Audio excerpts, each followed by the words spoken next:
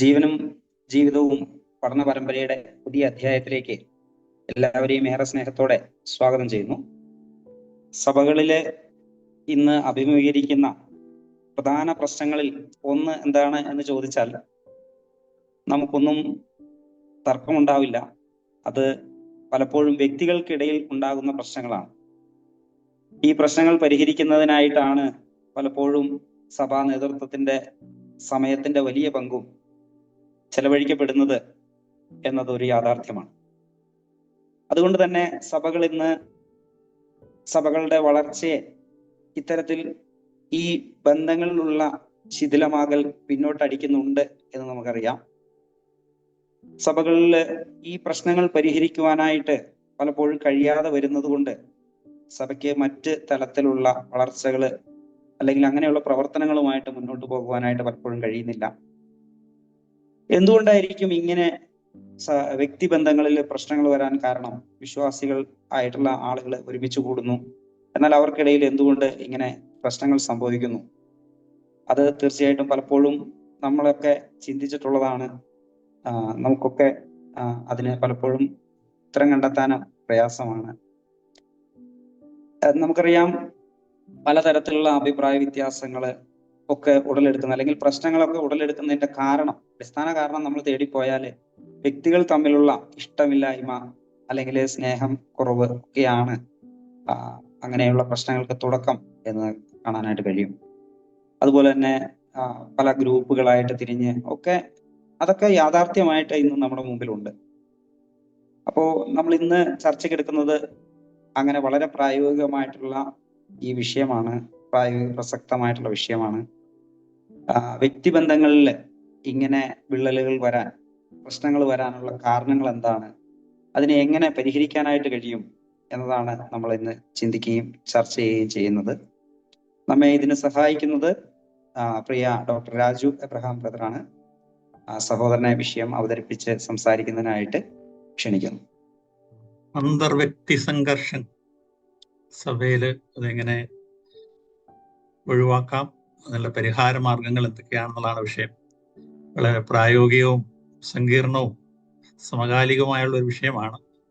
ഈ വിഷയം പഠിപ്പിക്കുന്നതിനുള്ള അന്വേഷണം അങ്ങനെ എങ്ങനെ ചെന്നൈയിലെത്തി എന്നുള്ളത് എനിക്ക് മനസ്സിലാകുന്നില്ല. വളരെ പ്രായോഗികമായൊരു വിഷയമാണ്. ഹരികുമാർ സഹോദരൻ പ്രാർത്ഥിച്ച പോർത്തപോലെ കല്ലുകളായ നമ്മെ കർത്താവ് കൂട്ടിച്ചേർത്തു. കല്ലുകൾക്ക് എപ്പോഴും മൊനയും മൂർച്ചയൊക്കെ ഉണ്ടാവും. അത് ഒരുമിച്ച് ചേർന്ന് പണിയുമ്പോൾ പലപ്പോഴും ഈ മുനകൾ അങ്ങോട്ടും ഇങ്ങോട്ടും ഉരസുന്നത് സ്വാഭാവികമാണ്. അപ്പോൾ ആ വിഷയം നമുക്ക് കൂടുതൽ പഠിക്കുന്നതിലൂടെ നമുക്ക് ആത്മപരിശോധന നടത്തുന്നതും നമുക്ക് മുമ്പോട്ട് പോകുന്നതിന് വളരെ ഉത്സാഹത്തിന് ഇടയായിട്ട് തീരട്ടെ. വളരെ പ്രായോഗികമായുള്ളൊരു വിഷയമാണ്. എന്നാൽ നമുക്ക് ധാരാളം ദൈവത്തിലേക്ക് നോക്കുകയും നമ്മെ തന്നെ പരിശോധിക്കുകയും ചെയ്യേണ്ട ഒരു വിഷയമാണ്. അപ്പോൾ ഈ വിഷയത്തെക്കുറിച്ച് 3-4 കാര്യങ്ങൾ പറയാനാണ് ഞാൻ ഉദ്ദേശിക്കുന്നത്. വ്യക്തിബന്ധങ്ങളുടെ അടിസ്ഥാനം എന്താണെന്നുള്ള കാര്യം പറയണമെന്ന് വിചാരിക്കുന്നു. പിന്നെ വ്യക്തിബന്ധങ്ങളുടെ എന്തുകൊണ്ടാണ് പലപ്പോഴും പ്രശ്നങ്ങൾ വരുന്നതിൻ്റെ ചില പ്രായോഗിക കാര്യങ്ങൾ ചിന്തിക്കണം. വ്യക്തിബന്ധങ്ങൾ വളർത്താനായിട്ട് നാം എങ്ങനെ ശ്രമിക്കാം. അവസാനമായിട്ട് സഭകളിൽ വ്യക്തിബന്ധങ്ങളിലുള്ള പ്രശ്നങ്ങൾ വരികയാണെങ്കിൽ നമുക്കുള്ള മനോഭാവം, പരിഹാരം, ഇതൊക്കെ ചിന്തിച്ച് അവസാനിപ്പിക്കാമെന്ന് ഞാൻ വിചാരിക്കുകയാണ്. ഇപ്പോൾ 3-4 ഹെഡിങ്ങിലാണ് ചില കാര്യങ്ങൾ പറയാനായിട്ട് പോകുന്നത്. ഞാൻ ഓർക്കുന്നു, ചില വർഷങ്ങൾക്ക് മുമ്പ് VIT യൂണിവേഴ്സിറ്റിയിൽ പഠിപ്പിക്കുകയായിരുന്നു വില്ലൂരിൽ. അവിടുത്തെ ഒരു പ്രൊഫസർ ആനന്ദ് സാമുവൽ, അവിടുത്തെ വൈസ് ചാൻസലറാണ്, വിശ്വാസിയായ ഒരു പ്രൊഫസറായിരുന്നു. ഒരിക്കലും ഒരു മീറ്റിങ്ങിൽ അദ്ദേഹം ഇങ്ങനെ പറയുണ്ടായിരുന്നു, ഇപ്പോൾ കമ്പനികളെല്ലാം റിക്രൂട്ട്മെന്റിന് വരുമ്പോൾ 9 CGPA 10 CGPA ഉള്ളവരല്ല എടുക്കുന്നത്, 6, 7, 8 CGPA അല്ലെങ്കിൽ അത്രയും ശതമാനമുള്ള മാർക്ക് പരീക്ഷ പാസ്സായവരാണ് എടുക്കുന്നത്. കാരണം അദ്ദേഹം പറഞ്ഞതാണ്, അവരാണ് മറ്റുള്ളവരിൽ നിന്ന് കേൾക്കാനായിട്ട് മനസ്സുള്ളവർ. അവർക്ക് മറ്റുള്ളവരുമായിട്ട് യോജിച്ചു പോകാനായിട്ട് എളുപ്പം കഴിയും. അവരൊരു കമ്പനിയിൽ വന്നു കഴിഞ്ഞാൽ കൂടുതൽ പ്രൊഡക്ടിവിറ്റി ഉണ്ടാകും. അപ്പോൾ അതൊരു യാഥാർത്ഥ്യമാണ്. മിടുക്കം കഴിവുകളുള്ളവരെക്കാളും അല്ലെങ്കിൽ ധാരാളം മാർക്കുള്ളവരെക്കാളും കുറവുള്ളവർക്ക് വലിയ കാര്യങ്ങൾ ചെയ്യാൻ പറ്റും എന്നത് അദ്ദേഹം പറഞ്ഞ കാര്യമാണ്. 2-3 ദിവസം മുമ്പ് ഞങ്ങളുടെ ഓഫീസിൽ ഒരു മീറ്റിംഗ് നടക്കുകയായിരുന്നു. എല്ലാവരും വളരെ സീനിയേഴ്സ് ആയിട്ടുള്ള ആളുകളാണ്, റിട്ടയർമെന്റ് ഏജിൽ ഉള്ള ആളുകളാണ് ഒരുമിച്ച് ചേർന്നുള്ള ഒരു മീറ്റിംഗ് ആയിരുന്നു. അപ്പോൾ അതിൽ ഒരാൾ പറഞ്ഞ കാര്യം എന്റെ ഹൃദയത്തെ വളരെ സ്പർശിച്ചു. Individually we are all good and efficient and smart, but when you are coming together we are a big zero. നമ്മൾ വ്യക്തിപരമായിട്ട് നമ്മൾ വളരെ കഴിവും പ്രാഗൽഭ്യം ഉള്ളവരാണ്, പക്ഷെ ഒരുമിച്ച് ചേരുമ്പോൾ പലപ്പോഴും നമ്മുടെ ഇടയിൽ പ്രശ്നങ്ങളാണ്. അതൊരു വാസ്തവമാണ്. പലപ്പോഴും അത് സഭകളിൽ മാത്രമല്ല, സമൂഹത്തിലും കുടുംബത്തിലും എല്ലാം ഒരു വാസ്തവമാണ്. പക്ഷെ നമുക്കറിയാം, 2 കാളകൾ ചേർന്ന് ഒരുമിച്ച് ഉഴവുമ്പോൾ കൂടുതലായിട്ട് ചെയ്യാൻ കഴിയും, 2 ഒറ്റക്കാളകളെ കൊണ്ട് ചെയ്യുന്നതിനേക്കാളും കൂടുതലായിട്ട്. അത് നമ്മുടെ അനുഭവമല്ലേ? 2 കാളകൾ ഒരുമിച്ച് ചേർന്ന് ഉഴവുമ്പോൾ വളരെ കൂടുതലായിട്ട് ചെയ്യാനായിട്ട് പറ്റും. അപ്പോൾ ഒത്തൊരുമിച്ച് ചേർന്നാൽ ഒരുപാട് കാര്യങ്ങൾ ചെയ്യാനായിട്ട് കഴിയും എന്നുള്ള കാര്യം അനുഭവത്തിൽ നിന്നും ദൈവത്തിന്റെ വചനത്തിന്റെ അടിസ്ഥാനത്തിൽ നമുക്ക് അറിയാനായിട്ട് പറ്റുന്ന കാര്യങ്ങളാണ്. അപ്പോൾ വ്യക്തി ബന്ധങ്ങളിലുള്ള വളർച്ചയും എല്ലാം നല്ല മനോഭാവമാണ് നമുക്ക് ആവശ്യം. അപ്പോൾ ഈ വിഷയത്തെക്കുറിച്ച് പറയുമ്പോൾ ഒന്നാമതായിട്ട് പറയാൻ ഉദ്ദേശിക്കുന്ന കാര്യമാണ് വ്യക്തിബന്ധങ്ങളുടെ അടിസ്ഥാനം എന്താണ്.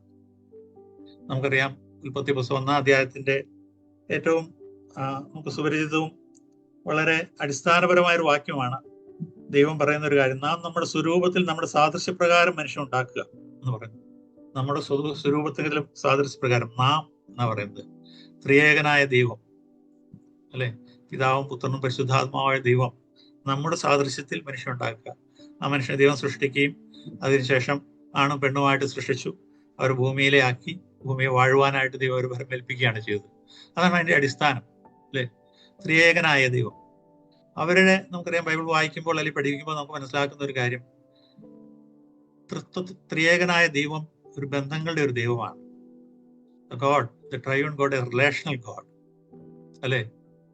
പിതാവായ ദൈവവും പുത്രനായ ദൈവവും പരിശുദ്ധാത്മാവായ ദൈവവും നമുക്കറിയാം പരസ്പരം സ്നേഹിക്കുകയും ബഹുമാനിപ്പിക്കുകയും പരസ്പരം സഹകരിക്കുകയും ചെയ്യുന്നതാണ് ലോകത്തിന്റെ ചരിത്രം.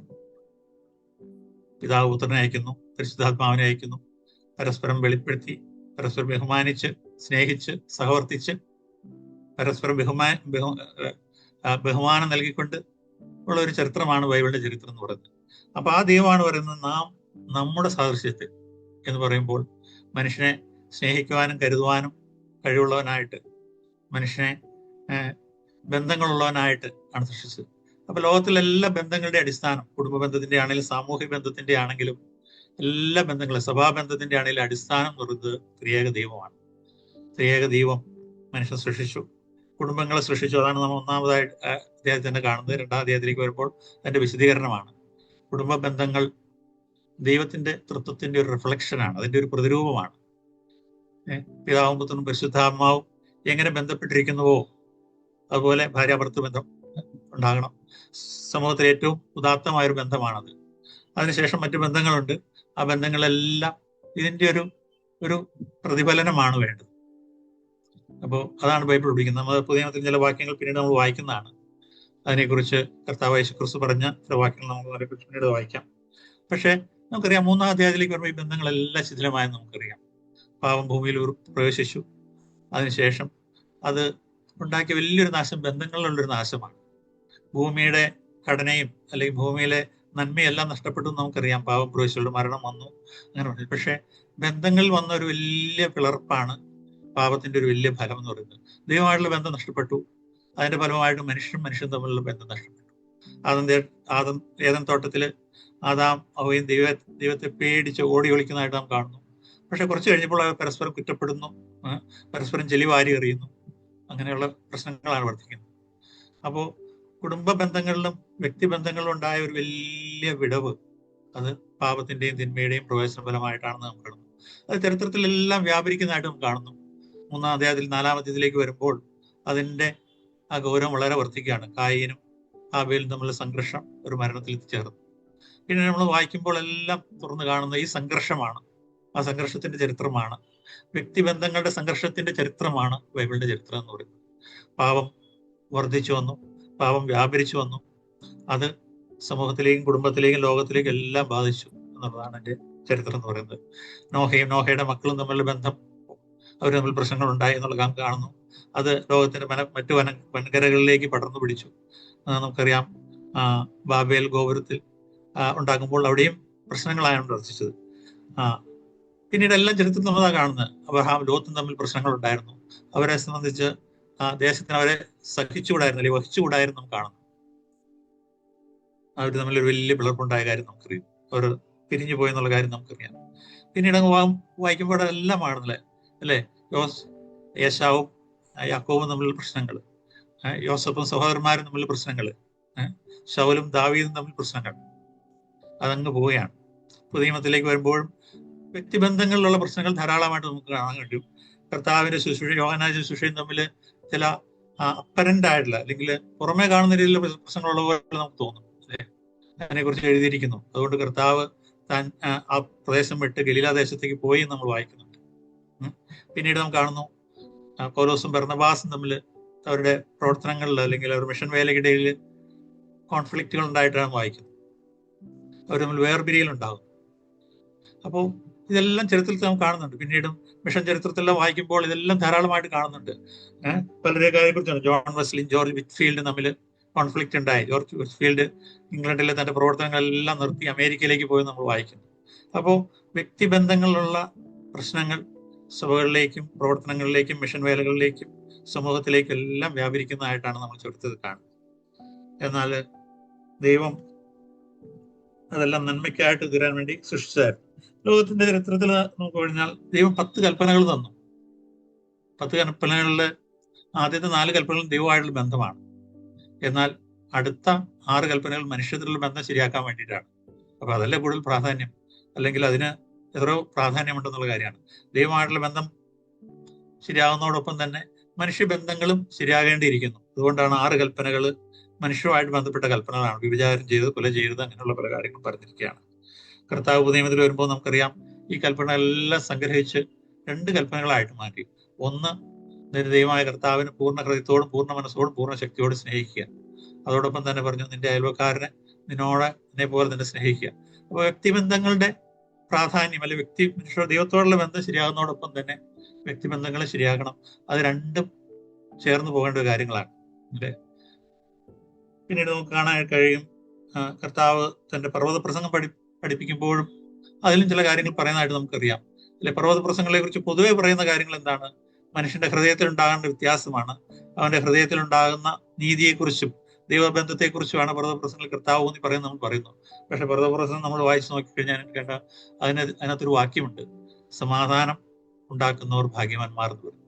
ദുഃഖിക്കുന്നവർക്ക് അവർക്ക് ആശ്വാസം ലഭിക്കും, ആത്മാവിൽ ദരിദ്രരായ ഭാഗ്യവാന്മാർ എന്നെല്ലാം പറഞ്ഞിട്ട് കർത്താവ് എൻ്റെ കൂടെ ഒരു കാര്യത്തോട് പറഞ്ഞു, എന്താ? സമാധാനം ഉണ്ടാക്കുന്നവർ ഭാഗ്യവാന്മാർ. ഈ ഭൂമിയിൽ പലപ്പോഴും സമാധാനമില്ല, അല്ലെങ്കിൽ വ്യക്തിബന്ധങ്ങളിൽ പ്രശ്നങ്ങളുണ്ട്. ഈ പ്രശ്നങ്ങൾ പരിഹരിച്ച് മുമ്പോട്ട് പോകുക എന്നുള്ളത് വളരെ പ്രാധാന്യമുള്ള കാര്യമാണ് എന്ന് കർത്താവും നമ്മൾ ഓർപ്പിച്ച കാര്യമാണെന്നുള്ള കാര്യം നമുക്ക് ഓർക്കാം. ശരി, നമുക്ക് വരാം. വ്യക്തിബന്ധങ്ങളുടെ അടിസ്ഥാനം എന്താണ്? ത്രിയേക ദൈവമാണെന്ന് ഞാൻ പറഞ്ഞു. അപ്പോൾ ത്രിയേക ദൈവം കർത്താവ് യേശു ക്രിസ്തു തന്നെ പറഞ്ഞ ചില വാക്യങ്ങളിലേക്ക് നമുക്ക് പെട്ടെന്ന് കടന്നു പോകാം. അതിനുശേഷം നമ്മൾ തിരിച്ചു വരുന്നതാണ്. ത്രിയേക ദൈവമാണ് ബന്ധങ്ങളുടെ ദൈവം. Triune God is A relational God എന്നുള്ളതാണ് ഞാൻ പറഞ്ഞ കാര്യം.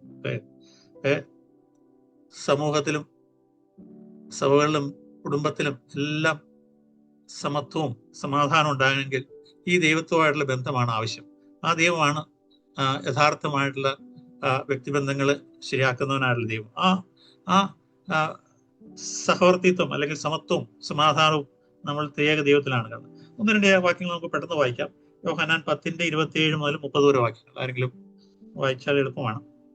എന്റെ ആടുകൾ എന്റെ ശബ്ദം കേൾക്കുന്നു എന്ന് പറഞ്ഞിട്ടാണ് തുടങ്ങുന്നത്. യോഹന്നാൻ 10:27 മുതൽ 30 വരെ വാക്യം. അതിനുശേഷം നമ്മൾ 10:38 വാക്യം 38 വാക്യോടെ വായിക്കും. ഞാൻ അവയെ അറിയുകയും അവ എന്നെ അനുഗമിക്കുകയും ചെയ്യുന്നു. ഞാൻ അവയ്ക്ക് നിത്യജീവൻ കൊടുക്കുന്നു. അവ ഒരു നാളും നശിച്ചു പോകുകയില്ല. ആരും അവയെ എന്റെ കയ്യിൽ നിന്ന് പിടിച്ചു പറിക്കുകയുമില്ല. അവയെ തന്നിരിക്കുന്ന എന്റെ പിതാവ് എല്ലാവരിലും വലിയവൻ. പിതാവിന്റെ കയ്യിൽ നിന്ന് പിടിച്ചു പറിപ്പാൻ ആർക്കും കഴിയുകയില്ല. ഞാനും പിതാവും ഒന്നാകുന്നു. യഹൂദന്മാർ അവനെ എറിവാൻ പിന്നെയും കല്ലെടുത്തു. മതി. ആ ഭാഗത്ത് നമുക്കറിയാം, എൻ്റെ ആടുകൾ എൻ്റെ ശബ്ദം കേൾക്കുന്നു, അവ എന്നെ അനുഗമിക്കുന്നു എന്ന് കർത്താവ് പറയാണ്. അപ്പൊ അതിനുശേഷം എൻ്റെ കയ്യിൽ നിന്ന് ആർക്കും എൻ്റെ ആടുകളെ പിടിച്ചു കൊണ്ടുപോകാനായിട്ട് കഴിയില്ല. തുടർന്ന് കഴിഞ്ഞ് പിതാവിനെ കുറിച്ച് പറഞ്ഞു. ആ പിതാവാണ് എനിക്ക് നൽകിയത്, ആ എല്ലാവരെക്കാളും വലിയവനാണ് ഒക്കെ പറഞ്ഞിട്ട് പിതാവിന്റെ കയ്യിൽ നിന്നും ആർക്കും അതിനെ എടുക്കാനായിട്ട് പറ്റുന്നു. എന്നൊരു കർത്താവ് വളരെ പെട്ടെന്ന് പറഞ്ഞു, ഞാനും പിതാവും ഒന്നാകും. അതൊരു വലിയ യഹൂദന്മാരുടെ സദസ്സിനെ സംബന്ധിച്ചിടത്തോളം സ്വീകരിപ്പാൻ കഴിയാത്ത ഒരു സന്ദേശമാണ് കർത്താവ് പറഞ്ഞത്. ഞാനും പിതാവും ഒന്നാകും. ചരിത്രത്തിൽ ദൈവം, അല്ലെങ്കിൽ ബൈബിളിലെ ദൈവം, ആ ദൈവം എൻ്റെ പിതാവാണ്, ആ പിതാവും ഞാനും ഒന്നാകുന്നു. നമുക്കറിയാം തൃത്വത്തിന്റെ സന്ദേശം അതാണ്. ഇൻ സബ്സ്റ്റൻസ് പിതാവായ ദൈവം പുത്രനായ ദൈവം ഒന്നാണ്. യേശുക്രിസ്തു ദൈവം തന്നെയാണ്. ആ സന്ദേശം യഹൂദന്മാരായ ശ്രോതാക്കൾക്ക് സഹിക്കാനായിട്ട് കഴിയുന്നില്ല. അതുകൊണ്ടാണ് നമ്മൾ വായിക്കുന്നത്, അവർ പിന്നെയും അവനെ കല്ലെറിയാനായിട്ട് ശ്രമിച്ചു. ഇതിനു മുമ്പ് യോഹന്നാന്റെ സുവിശേഷത്തിൽ 8-ാം അധ്യായത്തിൽ നാം കാണുന്നുണ്ട്, കർത്താവ് പറഞ്ഞു, ഞാൻ ഇബ്രാഹാമിന് മുമ്പുള്ളവൻ എന്ന് പറഞ്ഞു. തന്റെ നിത്യതയെക്കുറിച്ച് പറഞ്ഞപ്പോൾ അത് അവർക്ക് സഹിച്ചുകൂടായിരുന്നു. അവർ കല്ലെറിയാനായിട്ട് ശ്രമിച്ചു. രണ്ടാമത് പറഞ്ഞത്, ഞാൻ പിതാവായ ദൈവത്തോട് തുല്യനാണെന്ന് പറഞ്ഞപ്പോഴാണ്. അപ്പോൾ അതൊരു വലിയ സത്യമാണ്. അത് അവർക്ക് ഉൾക്കൊള്ളുക്കാനായിട്ട് കഴിഞ്ഞില്ല. പക്ഷെ 10:38 വരുമ്പോൾ നമുക്ക് കാണുന്നുണ്ട്, കർത്താവ് ഒരു കാര്യം കൂടെ പറയുന്നു.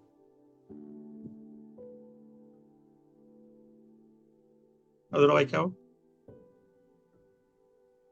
എങ്കിലോ ഞാൻ എൻ്റെ പിതാവിന്റെ പ്രവൃത്തി ചെയ്യുന്നില്ലെങ്കിൽ എന്നെ വിശ്വസിക്കേണ്ട. ചെയ്യുന്നുവെങ്കിലോ എന്നെ വിശ്വസിക്കാതിരുന്നാലും പിതാവ് എന്നിലും ഞാൻ പിതാവിലും എന്ന് നിങ്ങൾ ഗ്രഹിച്ച് അറിയേണ്ടതിന് പ്രവൃത്തിയെ വിശ്വസിക്കുകയും.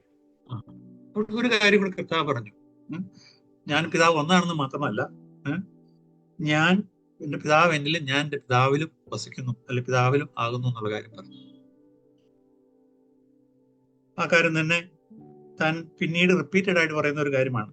14-10 വാക്യം കൂടെ വായിക്കാം. പിതാവ് എന്നിലും ഞാൻ പിതാവിലും ആകുന്നു എന്ന് കർത്താവ് വീണ്ടും പറയുന്നു. അതൊരു പ്രാധാന്യമുള്ള സത്യമാണ്. 14:10 ഞാൻ പിതാവിലും പിതാവ് എന്നിലും ആകുന്നു എന്ന് നീ വിശ്വസിക്കുന്നില്ലയോ? ഞാൻ നിങ്ങളോട് പറയുന്ന വചനം സ്വയമായിട്ടല്ല സംസാരിക്കുന്നത്, പിതാവ് എന്നിൽ വസിച്ചുകൊണ്ട് തന്റെ പ്രവൃത്തി ചെയ്യുന്നു. ഞാൻ പിതാവിലും പിതാവ് എന്നിലും എന്ന് എന്നെ വിശ്വസിക്കും. അത് വീണ്ടും പറയുകയാണ്, അല്ലെ? എത്ര പ്രാധാന്യമുള്ള കാര്യമാണ്. പിന്നീട് 14:20 അതേ കാര്യം തന്നെ പറയുന്നു, പിതാവ് എന്നിലും ഞാൻ പിതാവിലും വസിക്കും. ഒന്നുകൂടെ വായിക്കാം, 14:20. ഞാൻ എൻ്റെ പിതാവിലും നിങ്ങൾ എന്നിലും ഞാൻ നിങ്ങളിലും എന്ന് നിങ്ങൾ അന്ന് അറിയും.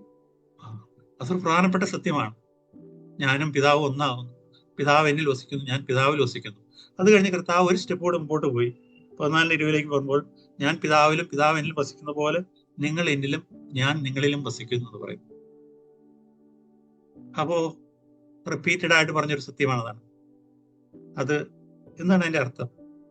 ത്രിയേകനായുള്ള ദൈവം 3 വ്യക്തിത്വങ്ങളാണെന്ന് നമുക്കറിയാം. സ്വതന്ത്ര ശക്തിയുള്ള, സ്വതന്ത്രമായി പ്രവർത്തിക്കാൻ കഴിവുള്ള 3 വ്യക്തിത്വമാണ്. പക്ഷെ അതോടൊപ്പം തന്നെ ആ വ്യക്തിത്വങ്ങൾ ഇന്റർലിങ്ക്ഡ് ആണ്, അല്ലെങ്കിൽ പരസ്പരം ബന്ധപ്പെട്ടിരിക്കുന്നു എന്നുള്ളതാണ് അതിനെ കാണുന്നത്. അതിനെക്കുറിച്ച് ഈ ഇടയ്ക്ക് ഞാൻ വായിച്ചപ്പോൾ ഒരു വാക്ക് പഠിക്കാനിടയായി. ആ വാക്ക് തന്നെയാണ് പെരിക്കോറിസ് എന്ന് പറയും. അതൊരു കടുപ്പുള്ള വാക്കാണ്. അതിന്റെ വാക്കിന്റെ അർത്ഥം ഇതാണ്, മ്യൂച്വലി പെർമിയേറ്റിംഗ്, പരസ്പരം ഉൾച്ചെല്ലുന്ന. അതിന്റെ ശരിയായ ട്രാൻസ്ലേഷൻ ആണെന്ന് എനിക്ക് അറിഞ്ഞുകൂടാ. പരസ്പരം ഉൾച്ചെല്ലുന്ന ഒരു ബന്ധമാണ്, ഒരു വ്യക്തിയിൽ നിന്ന് മറ്റൊരു വ്യക്തിയിലേക്ക് ഉൾച്ചെല്ലുക എന്ന് പറയും. അപ്പൊ അങ്ങനെ ഒരു ബന്ധമാണ് പിതാവും പുത്രനും തമ്മിൽ, പുത്രനും പരിശുദ്ധാത്മാവും തമ്മിലുള്ളത്. അപ്പോ ഒരു ഇൻഡിപെൻഡന്റ് ഐഡന്റിറ്റി അല്ല, അവർക്ക് സ്വാതന്ത്ര്യം ഉണ്ടെങ്കിൽ ഒരു ഇൻഡിപെൻഡന്റ് ഐഡന്റിറ്റി അല്ല, പരസ്പരം ബന്ധപ്പെട്ട ഒരു വ്യക്തിത്വമാണുള്ളത്. പരസ്പരം ഇന്റർ ലിങ്ക്ഡ് ഓർ മ്യൂച്വലി പെർമിയേറ്റിംഗ്, പരസ്പരം ഉൾച്ചെല്ലുന്ന അതിനെ കുറിച്ച് പറയാനായിട്ട് പറ്റും. അപ്പൊ അങ്ങനെ ഒരു ബന്ധമാണ് ദൈവത്തിലുള്ളത്. പരസ്പരമായിട്ട് ബന്ധപ്പെട്ടിരിക്കുന്നു, പരസ്പരമായിട്ട് യോജിച്ച് പ്രവർത്തിക്കുന്നു, പരസ്പരമായിട്ട് ഇന്റർവ്യൂൻ ചെയ്യുന്നു, കണക്ട് ചെയ്യുന്നു, അങ്ങനെയുള്ളൊരു ബന്ധമാണ്. അപ്പോ എന്താണ് അതിന്റെ അർത്ഥം എന്ന് പറഞ്ഞാൽ, നാമും സ്വതന്ത്ര കഴിവുള്ള, അതിൽ സ്വാതന്ത്ര്യമുള്ള വ്യക്തികളാണ്. ദൈവം അങ്ങനെയാണ് നമ്മൾ സൃഷ്ടിച്ചിരിക്കുന്നത്. പ്രത്യേകമായ വ്യക്തികളായിട്ട് ദൈവം നമ്മൾ സൃഷ്ടിച്ചു. നമ്മൾ പ്രാർത്ഥിക്കുമ്പോൾ അല്ലെങ്കിൽ മുഖരമായിട്ട് പറഞ്ഞൊരു കാര്യം ഇതാണ്, നാം കഴിവുകളും ചിന്താശക്തികളും ഉള്ള വ്യക്തികളാണ്. ദൈവം തന്റെ സാദൃശ്യ സ്വരൂപത്തിലുമാണ് നമ്മൾ സൃഷ്ടിച്ചത്, അല്ലെ? ദൈവത്തെ പോലെ ചിന്തിക്കാനും വികാരങ്ങളുള്ള, ഇച്ഛാശക്തിയുള്ള വ്യക്തികളായിട്ടാണ് ദൈവം നമ്മൾ സൃഷ്ടിച്ചത്. പക്ഷെ ആ വ്യക്തിത്വം ഒരു എന്താ പറയുന്നത്, അതൊരു ഇൻഡിവിജ്വലിസ്റ്റിക് ആണോ എന്നുള്ളതാണ് ചോദ്യം. നമുക്ക് പൂർണ്ണമായുള്ളൊരു സ്വാതന്ത്ര്യം ഉള്ളൊരു വ്യക്തിത്വമാണോ? അല്ല. പരസ്പരം കണക്ട് ചെയ്യപ്പെട്ട, പരസ്പരം ബന്ധപ്പെട്ടിരിക്കുന്ന ഒരു വ്യക്തിത്വമാണ് നമുക്ക് ഉള്ളത്. അതാണല്ലോ പുതിയ നിയമത്തിലേക്ക് വരുമ്പോൾ നമ്മൾ പഠിക്കുന്ന ഒരു വലിയ സത്യം. സഭാസത്യങ്ങളിലേക്ക് വരുമ്പോൾ 1 കൊരിന്ത്യർ 12-ാം അധ്യായത്തിന്റെ 12-ാം വാക്യത്തിൽ അതല്ലേ പറയുന്നത്? എന്താ പറയുന്നത്? നാം അനേകം അവയവങ്ങളാണ്, പക്ഷെ അവയവങ്ങളെല്ലാം ഒരു ശരീരത്തിന്റെ ഭാഗമാണ്. നാം ഒരു ശരീരമാണെങ്കിൽ നമുക്ക് അനേക അവയവങ്ങളുണ്ട്. ആ വാക്യം കൂടെ ഒന്ന് വായിക്കാം, എന്നിട്ട് നമുക്ക് മുമ്പോട്ട് പോവാം. 1 കൊരിന്ത്യർ 12:12. അതേ സത്യം തന്നെയാണ് സഭയിലേക്കും വരുന്നത്. ശരീരമൊന്നും അതിന് അവയവം പലതും, ശരീരത്തിന്റെ അവയവം പലതായിരിക്കെ എല്ലാം ഒരു ശരീരവും ആയിരിക്കുന്നത് പോലെ ആകുന്നു ക്രിസ്തുവും.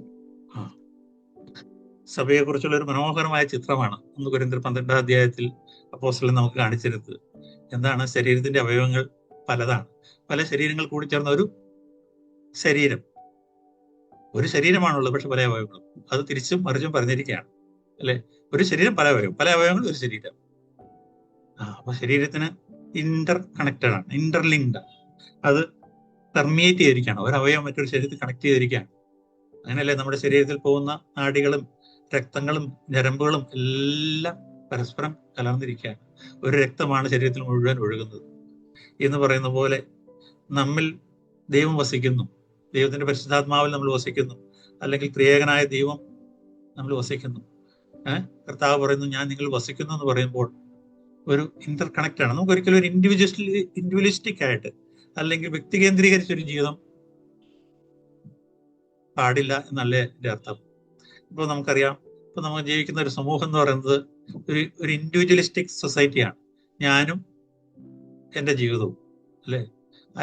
Me and Jesus under A tree. അങ്ങനെയാണ് ഇപ്പൊ ദൈവത്തോട് ബന്ധപ്പെട്ട വിശ്വാസികൾ പോലും ഇവിടെ പറയുന്നത്, ഞാനും യേശുവും ഒരു മരത്തിന് കീഴിൽ എന്ന് പറയുന്ന ഒരു സമൂഹമാണ് നമുക്കുള്ളത്.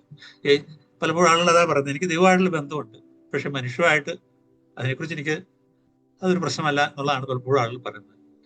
ഞാനും യേശുവും ഒരു മരത്തിന് കീഴിൽ, ഞങ്ങൾ നല്ല ബന്ധത്തിൽ ജീവിക്കുന്നു എന്ന് പലപ്പോഴും പറയാറുണ്ട്. അല്ലെങ്കിൽ ഞാനും എൻ്റെ കുടുംബവും നല്ല ബന്ധത്തിൽ ജീവിക്കുന്നു, മറ്റുള്ളവരെ കുറിച്ച് എനിക്ക് പ്രശ്നമല്ല, അല്ലെങ്കിൽ മറ്റുള്ളവരുടെ കാര്യങ്ങളെ കുറിച്ച് എനിക്ക് പ്രശ്നമല്ല. അങ്ങനെ ഒരു സമൂഹമാണ് നമുക്കുള്ളത്. ഞാനും എൻ്റെ കാര്യങ്ങൾ, അല്ലെങ്കിൽ എൻ്റെ കുടുംബത്തിന്റെ കാര്യങ്ങൾ, എൻ്റെ ഒരു കാര്യങ്ങൾ. അപ്പോൾ അതല്ല ബൈബിൾ നമ്മൾ പഠിപ്പിക്കുന്നത്. വ്യക്തിബന്ധങ്ങൾ പ്രാധാന്യമുള്ളതാണ്. വ്യക്തിബന്ധങ്ങളുടെ അടിസ്ഥാനം ദൈവമാണ്, അല്ലെ ദൈവത്തിന്റെ ബന്ധമാണ് നമുക്കുള്ളത്. ആ സാദൃശ്യ സ്വരൂപത്തിലുമാണ് ദൈവം നമ്മെ സൃഷ്ടിച്ചിരിക്കുന്നത്.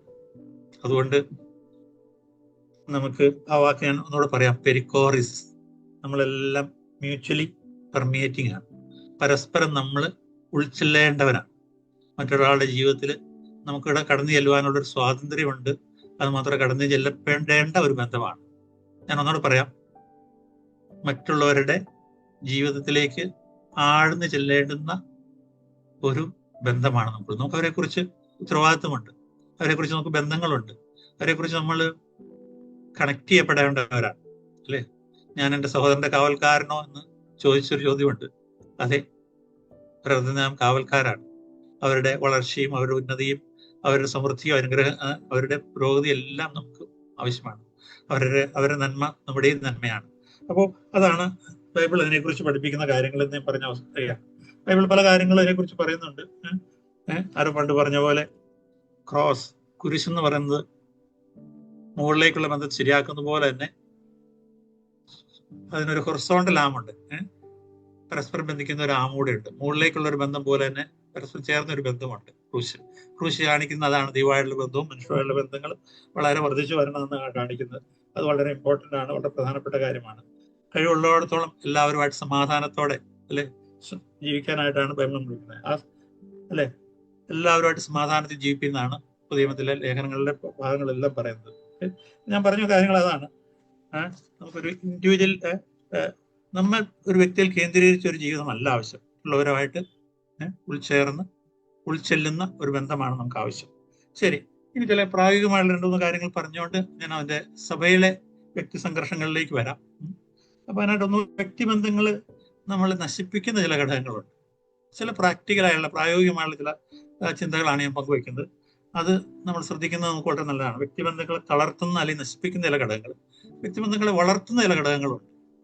അപ്പൊ അത് നമ്മൾ പ്രായോഗിക ജീവിതം നമ്മൾ വളരെ ശ്രദ്ധിച്ചാൽ വളരെ നല്ലതാണ്. അതുകൊണ്ട് ചില കാര്യങ്ങൾ ഞാൻ പറഞ്ഞാൽ ഒരുപാട് കാര്യങ്ങൾ പറയാം അതിനെക്കുറിച്ച്. എന്നാലും നമ്മുടെ പൊതുവായ സഭാജീവിതത്തിലും വ്യക്തി ജീവിതത്തിലും നമ്മൾ ശ്രദ്ധിക്കേണ്ട ചില പ്രമാണങ്ങളാണ്. ബൈബിളിൽ ചില പ്രമാണങ്ങളും ചേർന്ന് പോകുന്ന കാര്യങ്ങളാണ്. ഒന്ന്, നമ്മുടെ വ്യക്തികളുടെ കാര്യം നമുക്കറിയാം. സഭാജീവിതം എന്ന് പറയുന്ന ഒരു കുടുംബജീവിതം പോലെയാണ് അല്ലേ? അതാണ് നമ്മൾ പഠിപ്പിക്കാറുള്ളത്. നമ്മുടെ സഭകളെല്ലാം ഒരു വലിയ കുടുംബമാണ്. സഹോദരി സഹോദരന്മാരാണ്. പരസ്പരം നമ്മൾ എല്ലാം ഒരുമിച്ചാണ്. നമ്മുടെ വീടുകളും വസ്തുക്കളും എല്ലാം നമുക്ക് പൊതുവാണ്. ഇങ്ങനെ നമുക്ക് അങ്ങോട്ടും ഇങ്ങോട്ടും കൊടുക്കുകയും വാങ്ങുകയും ചെയ്യേണ്ടതുണ്ട്. അതെല്ലാം നമ്മൾ പഠിപ്പിക്കുന്ന കാര്യങ്ങളാണ്. പക്ഷെ ഒരു കാര്യം നമ്മൾ ഓർക്കണം, എല്ലാ വ്യക്തികളും അവരുടേതായ ബൗണ്ടറീസ് ഉണ്ട്, അവരുടെ അതിർവരമ്പുകളുണ്ട്. വ്യക്തിത്വത്തിന് ചില അതിർവരമ്പുകളുണ്ട്. അത് ലംഘിക്കാതിരിക്കാൻ നാം എപ്പോഴും ശ്രമിക്കണം. ഒന്നാമത് ഞാൻ പറഞ്ഞ കാര്യം അതാണ്, നാം മറ്റുള്ളവരുടെ അതിർവരമ്പുകളെ ബഹുമാനിക്കാനായിട്ട് നാം പഠിക്കേണ്ടിയിരിക്കും. നമുക്കൊരു ഐസൊലേറ്റഡ് ആയുള്ള ഒരു ജീവിതമല്ല. പക്ഷെ വ്യക്തിപരങ്ങൾ അവരുടെ വ്യക്തിത്വങ്ങളിലുള്ള അതിർവരമ്പുകളെ നാം ബഹുമാനിക്കേണ്ടിയിരിക്കുന്നു. ചില ഉദാഹരണങ്ങൾ ഞാൻ പറയാനായിട്ടിരിക്കുന്നു. നമ്മളൊരു ഫോൺ ചെയ്യാണ്. നമുക്ക് ആരെങ്കിലും എപ്പോഴും ഫോൺ ചെയ്ത് ശല്യപ്പെടുത്താൻ നമുക്ക് അവകാശമുണ്ടോ? ഇല്ല. ഞാൻ സംസാരിക്കേണ്ട ഒരു ഫോൺ വിളിക്കാൻ അവരോട് ചോദിക്കേണ്ട വരികയാലും ഞാൻ ഇപ്പോൾ സംസാരിച്ചോളട്ടെ, can I talk to you എന്ന് ചോദിക്കുന്നതിൽ ഒരു കുറവില്ല അല്ലേ? നമുക്ക് എപ്പോഴും ഒരാളെ വിളിച്ച് നമുക്ക് ശല്യപ്പെടുത്താനോ അവരുടെ പ്രൈവറ്റ് ആളുടെ ജീവിതത്തിലേക്ക് നമുക്ക് പെനിട്രേറ്റ് ചെയ്യാൻ നമുക്ക് അവകാശമില്ല. ഞാൻ നിങ്ങളോട് സംസാരിച്ചോളട്ടെ ചോദിക്കുന്നതിന് ഒരു തെറ്റുമില്ല. ഒരാളുടെ വീട്ടിലേക്ക് ചെല്ലുമ്പോൾ പറഞ്ഞിട്ട് ചെല്ലുന്നതാണ് ഏറ്റവും നല്ലതല്ലേ? അല്ലേ? ഞാൻ നിങ്ങളെ വിസിറ്റ് ചെയ്യുന്നതിന് വരട്ടെ എന്ന് ചോദിച്ചിട്ടില്ലേ? പലപ്പോഴും ഞാൻ ഓർക്കുന്നുണ്ട്, പലപ്പോഴും അങ്ങനെയല്ല സംഭവിക്കുന്നത്. പെട്ടെന്ന് നമുക്കറിയാം, സ്നേഹബന്ധങ്ങൾ വളരെ ആഴമാണ്. ആഴമുള്ള സ്നേഹബന്ധങ്ങൾ പലപ്പോഴും നമ്മളത് മറന്നുപോകും. എപ്പോൾ വേണമെങ്കിലും കയറി ചെല്ലാം, എപ്പോൾ വേണമെങ്കിലും വിളിക്കാം, എപ്പോൾ വേണമെങ്കിലും ബൈക്ക് എടുത്തോണ്ട് പോകാം, കാർ എടുത്തോണ്ട് പോകാം, വീട്ടിൽ കയറി ചെല്ലാം, താമസിക്കാം. അതൊക്കെ ശരി തന്നെയാണ്. പക്ഷെ നാം ഓർക്കേണ്ട കാര്യം, എല്ലാ വ്യക്തികളും വ്യക്തികളാണ്. അവർക്ക് അവരുടേതായ ബൗണ്ടറീസ് ഉണ്ട്. നാം സൂക്ഷിക്കേണ്ടിയിരിക്കും. അവർ ചിലപ്പോൾ അവരുടെ വാതിലുകൾ തുറന്നിട്ടിരിക്കാം. പക്ഷെ നാം ശ്രദ്ധിക്കേണ്ട ഒരു കാര്യമാണ്. അതുകൊണ്ടാണ് പലപ്പോഴും പ്രശ്നങ്ങളും ബുദ്ധിമുട്ടുകളും ഉണ്ടാകുന്നത്. കുറച്ച് കഴിയുമ്പോൾ അമിത സ്വാതന്ത്ര്യം വരും. അപ്പൊ എന്തെങ്കിലും പറഞ്ഞ ചില കാര്യങ്ങൾ ഇഷ്ടപ്പെട്ടില്ല, അല്ലെങ്കിൽ അരുചികരമായിട്ട് തീരും, അല്ലെങ്കിൽ അതിന്റെ പേരിൽ വ്രണങ്ങളുണ്ടാകും, മുറിപ്പാടുകൾ ഉണ്ടാകും, അതിന്റെ പ്രശ്നങ്ങളുണ്ടാകും.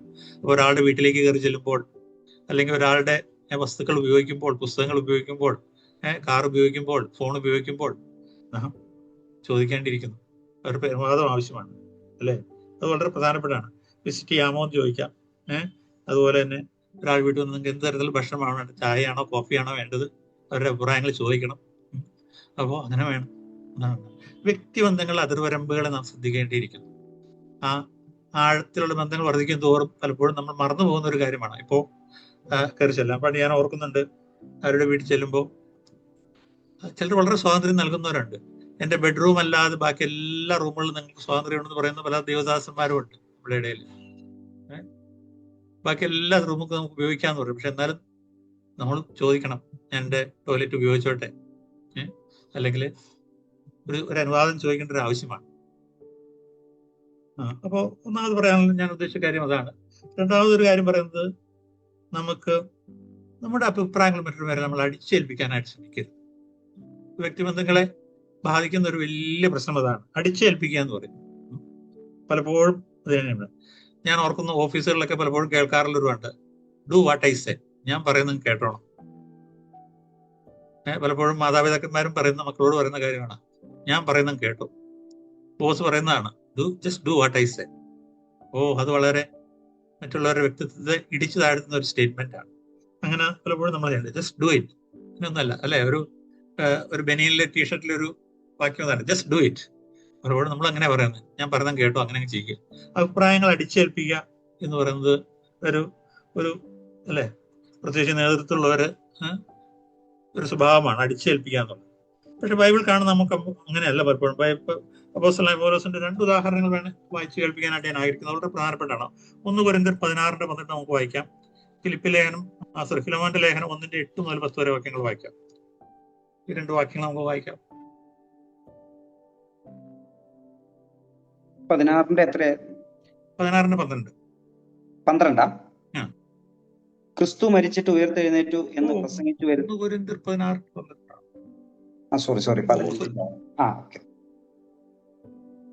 സഹോദരനായ അപ്പൊല്ലോസിന്റെ കാര്യമോ, അവൻ സഹോദരന്മാരോടുകൂടെ നിങ്ങളുടെ അടുക്കൽ വരയണം എന്ന് ഞാൻ അവനോട് വളരെ അപേക്ഷിച്ചു, എങ്കിലും ഇപ്പോൾ വരുവാൻ അവന് ഒട്ടും മനസ്സായില്ല. അവസരം കിട്ടിയാൽ അവൻ വരും. പൗലോസിന്റെ മാതൃക എത്ര വലുതല്ലേ? പൗലോസിനെ പോലെ തുല്യനായുള്ള ഒരു ശുശ്രൂഷ ചെയ്യുന്ന വ്യക്തിയായിരുന്നു. എങ്കിലും പൗലോസ് പറയുന്നത് ഞാൻ അവനോട് അപേക്ഷിച്ചു, പൗലോസ് അപേക്ഷിച്ചു എന്നാണ് പറയുന്നത്. വരുവാൻ മനസ്സായില്ല. ഒരിക്കലും ഞാൻ പറഞ്ഞിട്ട് അവൻ കേട്ടില്ല എന്നല്ല പറയുന്നത്. പൗലോസ് ഒരിക്കലും ഞാൻ പറഞ്ഞിട്ട് കേട്ടില്ല, ഇനി ഞാൻ എന്താ ചെയ്യേണ്ടത്, എനിക്കൊന്നും ചെയ്യാനില്ല എന്നല്ല പറയുന്നത്. അവസരം കിട്ടുമ്പോൾ അവൻ വരും, പൗലോസ് വരും എന്നാണ് പറയുന്നത്. ഒരു നെഗറ്റീവ് ഫീലിംഗ് അവിടെ നമുക്ക് തോന്നുന്നില്ല അല്ലെ? ഞാൻ പറഞ്ഞു പക്ഷെ കേട്ടില്ല, പക്ഷെ ഒരിക്കലും ഒരു നെഗറ്റീവ് ഫീലിംഗോടെ അല്ല പറയുന്നത്, ഒരു പോസിറ്റീവായിട്ട് തന്നെ പറയുന്നത്. അവസരം കിട്ടുമ്പോൾ അദ്ദേഹം വരും. ശരി, അപ്പോലോസ് സമകാലികനായ അല്ലെങ്കിൽ തുല്യതയുള്ള ഒരു ശുശ്രൂഷക്കാരനായിരുന്നു. പക്ഷെ ഫിലമോന്റെ ലേഖനത്തിലേക്ക് പോകുമ്പോഴോ അവിടെ നമ്മൾ വായിക്കുന്നത് എന്താണ്? 8 മുതൽ 10 വരെ വാക്യം.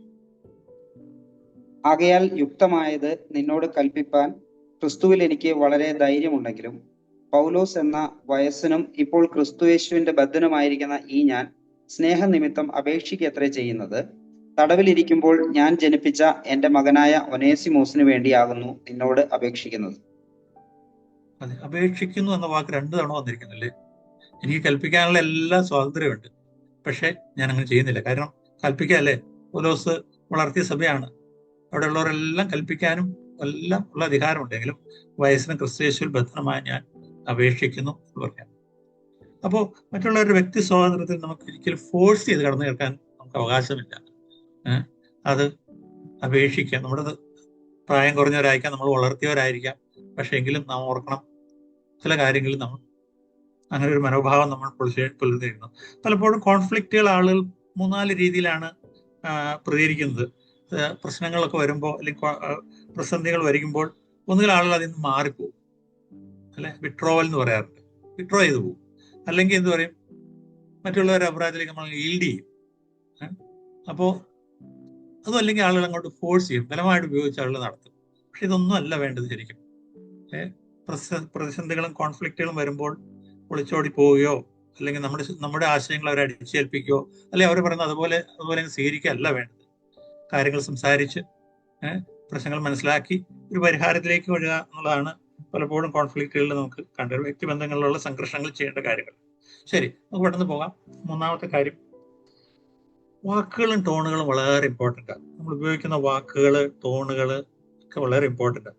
പലപ്പോഴും മീറ്റിങ്ങുകളൊക്കെ നടക്കുമ്പോൾ ഞാൻ ഓർക്കുന്നുണ്ട്, പെട്ടെന്ന് ഒരാൾ വികാരമായിട്ട് സംസാരിക്കും, ശബ്ദം ഉയർത്തുക, വികാരത്തിൽ സംസാരിക്കുക, ഇതൊക്കെ വളരെ അറ്റ്മോസ്ഫിയർ തന്നെ അങ്ങ് മാറ്റിപ്പോകും.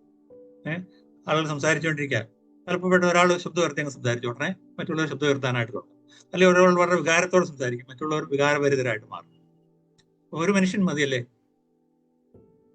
അപ്പോൾ ടോൺ പറയുന്നത് വളരെ ഇമ്പോർട്ടൻ്റ് ആണ്. നമുക്ക് ആളുകളെ ഷൗട്ട് ചെയ്യാനോ കളിയാക്കി സംസാരിക്കാനോ വ്യക്തിത്വങ്ങളെ അധിക്ഷേപിക്കാനോ ഒന്നും നമുക്ക് സ്വാതന്ത്ര്യമില്ല. സംസാരിക്കുമ്പോൾ പ്രശ്നങ്ങളാണ് നമ്മൾ പരിഹരിക്കേണ്ടത്. പലപ്പോഴും നമുക്കെല്ലാം അബദ്ധം വരുന്ന ഇങ്ങനെയുള്ള കാര്യങ്ങളിലാണ്. നമ്മുടെ ടോൺ പെട്ടെന്ന് മാറും, അല്ലെങ്കിൽ അധികാരത്തോടെ സംസാരിക്കും, അതുപോലെ കളിയാക്കി സംസാരിക്കും. അപ്പൊ ഇങ്ങനെയുള്ള കാര്യങ്ങളാണ് പലപ്പോഴും പ്രശ്നം വരുന്നത്. എഫേസ്യ ലേഖനം 5-ന്റെ 1-ാം അങ്ങനെ പറഞ്ഞിരിക്കുന്ന എന്താ കാര്യം? നിങ്ങൾ ഒരിക്കലും ചീത്തച്ചൊല്ല്, പൊട്ടച്ചൊല്ല്, കളിയാക്കല് ഇതൊന്നും പാടില്ല എന്ന് പറഞ്ഞു. ദൈവത്തിന്റെ സ്വഭാവം, ദൈവത്തിന്റെ മക്കൾ എന്ന നിലയിൽ പിതാവായ ദൈവത്തെ അനുകരിക്കേണ്ടവരാണ് എന്ന് പറയാം. നന്ദിയോടെ, സ്നേഹത്തോടെ, സൗമ്യതയോടെ നാം സംസാരിക്കേണ്ട വാക്കുകളാണ്. അപ്പോൾ വാക്കുകളിൽ അല്ലെങ്കിൽ വികാരങ്ങൾ കടത്താതിരിക്കാൻ നമ്മൾ ശ്രമിക്കുക എന്നുള്ള വളരെ പ്രധാനപ്പെട്ട ഒരു കാര്യമാണ്. കളിയാക്കാതെ, വ്യക്തിത്വങ്ങളെ അധിക്ഷേപിക്കാതെ സംസാരിക്കുന്നതാണ്. വ്യക്തിബന്ധങ്ങളെ ബാധിക്കുന്ന ഒരു പ്രധാനപ്പെട്ട കാര്യം ഇതാണ്. ധാരാളം അവസരങ്ങളിൽ ഇങ്ങനെ കാണാനിടയായിട്ടുണ്ട്, എൻ്റെ ജീവിതത്തിലും സംഭവിച്ചിട്ടുണ്ടാവണം. അപ്പോൾ നമുക്കെല്ലാം പറ്റുന്ന ഒരു അബദ്ധങ്ങളാണ് ഈ കാര്യങ്ങളിൽ. 4-ാമത് ഞാൻ പറയാനുള്ള ഒരു കാര്യം ഇതാണ്, നമ്മുടെ മൂഡ് ഒരിക്കലും മറ്റുള്ളവരിലേക്ക് മാറ്റാൻ പറ്റില്ല. നമ്മുടെ മൂഡ് നമ്മൾ സംസാരിക്കുമ്പോഴോ അല്ലെങ്കിൽ മറ്റുള്ളവരുടെ കാര്യങ്ങൾ ഡിസ്കസ് ചെയ്യുമ്പോൾ നമ്മുടെ മൂഡ് പലപ്പോഴും അങ്ങോട്ട് ട്രാൻസ്ഫർ ആയി പോകും.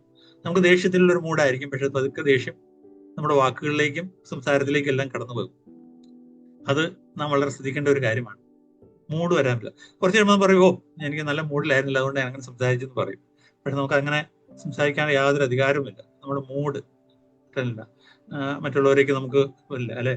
അപ്പോൾ അതൊരു പ്രധാനപ്പെട്ട കാര്യമാണ്.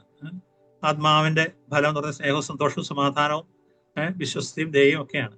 അപ്പോൾ ആത്മനിയന്ത്രണം വളരെ ആവശ്യമാണ്. അവിടെ പറയുന്ന ഒരു കാര്യം ഇതാണ്, ആത്മനിയന്ത്രണമുള്ളവരായിട്ട് സംസാരിക്കണം എന്നുള്ള കാര്യമാണ്.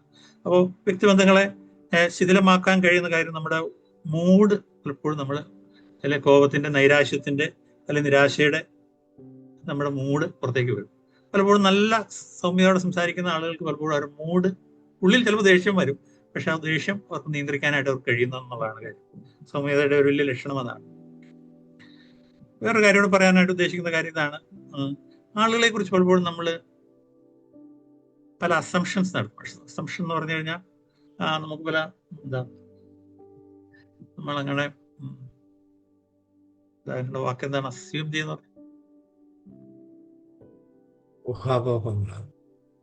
കേട്ടില്ലോ, ഊഹാപോഹങ്ങളുണ്ട്. ഓക്കെ, നമ്മളൊരാളെ ഫോണിൽ വിളിച്ചു, തിരിച്ചു വിളിക്കുന്നില്ല.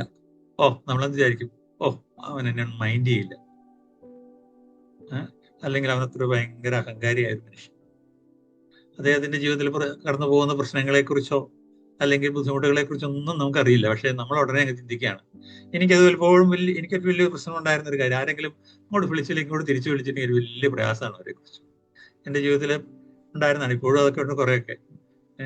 ഒരാൾ തിരിച്ചു വിളിച്ചില്ലെങ്കിൽ വലിയ മാനസിക പ്രയാസം.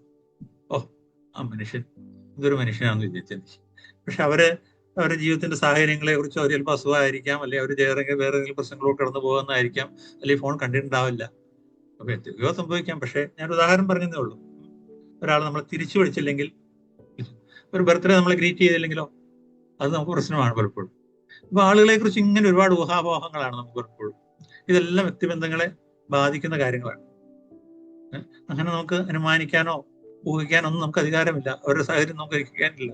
ഒരാൾ നമ്മളെ കാണാൻ വന്നില്ലെങ്കിലോ, അല്ലെങ്കിൽ നമ്മളെ സന്ദർശിച്ചില്ലെങ്കിലോ, നമ്മൾ വിളിച്ചില്ലെങ്കിലോ, നമുക്ക് മെയിൽ അയച്ചില്ലെങ്കിലോ ഒന്നും അവരെ കുറിച്ച് ഇങ്ങനെ ഊഹിക്കാൻ നമുക്ക് അവകാശമില്ല.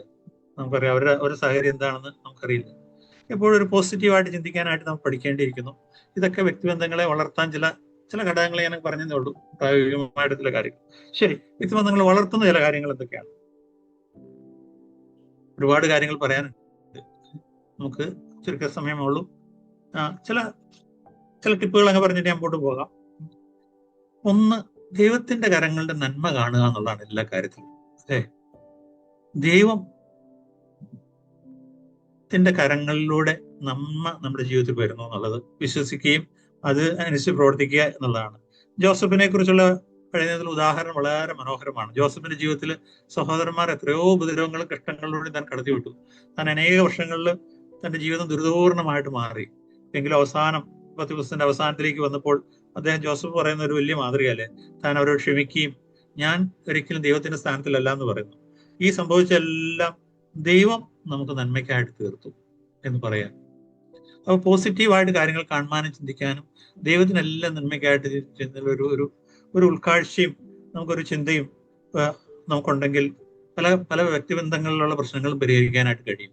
എല്ലാ കാര്യങ്ങളും ദൈവത്തിന് നന്മയ്ക്കായിട്ട് തീർക്കാനായിട്ട് കഴിയും എന്നുള്ള വിശ്വാസവും ഉറപ്പും ജീവിതത്തിലുണ്ടെങ്കിൽ, ജോസഫിനെ പോലെ അത് നമുക്ക് കാണാനുണ്ട്.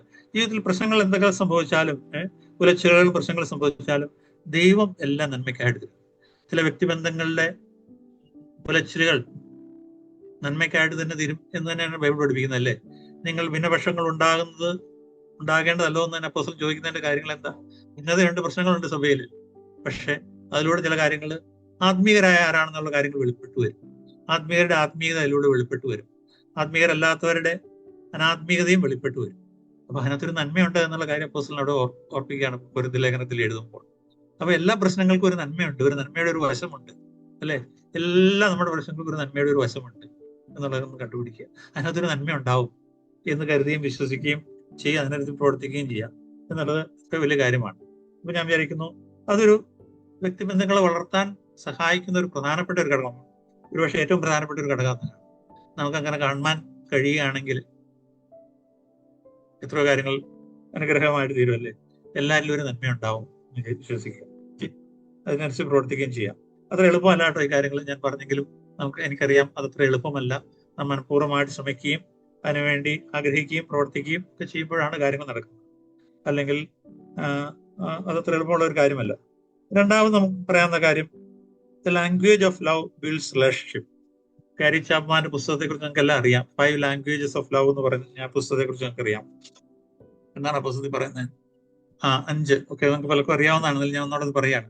വേർഡ് ഓഫ് അഫർമേഷൻ, ഉറപ്പിന്റെ ഒരു വാക്ക് കൊടുക്കുക, അല്ലെ? ആക്ട് ഓഫ് സർവീസ് എന്ന് പറഞ്ഞാൽ കരുണയുടെ ഒരു കരം, ഒരു പ്രവൃത്തി. അത് വളരെ ഇമ്പോർട്ടൻ്റ് ആണ്. ചില നല്ല ദാനങ്ങൾ നൽകുക, ഗിവിങ് ഗിഫ്റ്റ്സ്.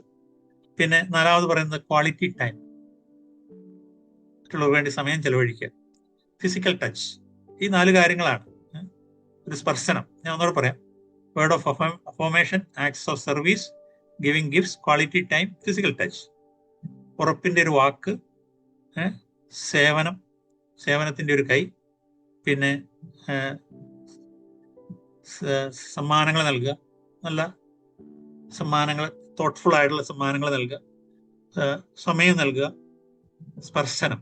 ഇങ്ങനെയുള്ള കാര്യങ്ങളിലൂടെ നമുക്ക് സ്നേഹബന്ധം വർദ്ധിപ്പിക്കാനായിട്ട് കഴിയും. സ്നേഹബന്ധം വർദ്ധിപ്പിക്കാനായിട്ട് ശ്രമം ആവശ്യമാണ്. അത് ചെയ്താണ്. പല ബൈബിളിൽ അനേക വാക്കുകളുണ്ട്. യശയ്യാപ്രവചനത്തിലൊരു വാക്ക് 50-4 വാക്ക് ഇങ്ങനെയാണ്: തളർന്നിരിക്കുന്നവരെ ശക്തീകരിക്കാനായിട്ട് ശിഷ്യന്മാരെ നാവ് തന്നിരിക്കുന്നു പറഞ്ഞു. ശിഷ്യന്മാർ 2 ഗുണങ്ങളെ കുറിച്ച് പറയുന്നുണ്ട്. ഒന്ന്, അവർ കേൾക്കുന്നതാണ്, ദൈവത്തിന്റെ ശബ്ദം കേൾക്കുന്നവരാണ്. കേൾക്കുന്നവർ മാത്രമല്ല, തളർന്നിരിക്കുന്നവരെ ശക്തീകരിക്കുന്ന ഒരു നാവ് അല്ലെങ്കിൽ ഒരു കരങ്ങളുള്ളവരാണ്.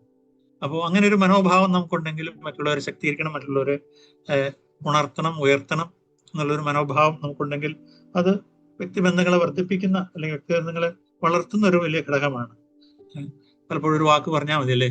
ഞാൻ നിങ്ങളുടെ കൂടെ ഉണ്ട്, അല്ലെങ്കിൽ നിങ്ങൾക്ക് വേണ്ടി ഞാൻ പ്രാർത്ഥിക്കും, നിങ്ങളെ ഞാൻ സഹായിക്കും എന്നുള്ള ചില വാക്കുകൾ പറഞ്ഞാൽ എന്തൊരു ശക്തിയാണ് നമുക്ക് കിട്ടുന്നത്, അല്ലെ? തളർന്നിരിക്കുമ്പോൾ ഞാൻ നിങ്ങളുടെ കൂടെ ഉണ്ട് എന്ന് പറയുന്നത്, അല്ലെ?